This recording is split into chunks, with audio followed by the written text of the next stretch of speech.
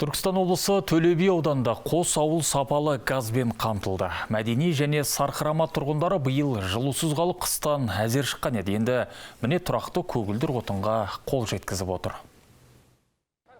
200-ге жуық шаңырағы бар Қарамұрт тұрғындары биыл қыстан аман шыққанымызға шүкір дейді. Себебі ауылға берілетін жекеменшік компания газы жұртты әбден әбігерге түсірген. Жауаптыларға қанша жалынғанымыз бен үйдегі газ иісін ешкім келіп тексермеді дейді. Мен кешкісін намазға барып келген соң, үйіне есігін ашып кірген соң, далада жүрген адам білетін екен газды. Сразу газды ұрады, соң дерезелерін асып тастаймын, көшені асып тастаймын да біраз. Тамақ пісіретін жерден газ шығып тұрған еді. Айта кетейік, ауылға көгілдір отын осыдан 30 жыл бұрын кірген. Енді міне ол Қазтрансгаз аймақ қарамағына өтті. Мекеме қызметкерлерінің сөзінше қазір ауыл бойынша газ иісіне тексеріс басталған. Алғашқысының өзінде 4 жерден ақау табылыпты.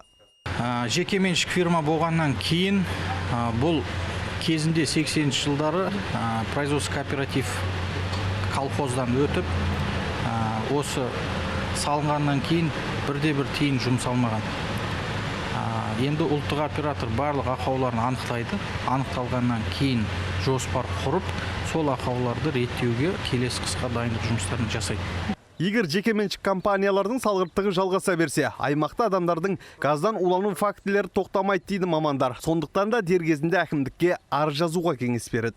Түркістан облысынан Жандос Асемір, Назерке Үкібасова, Нұрболат Әмір, Түркістан 24.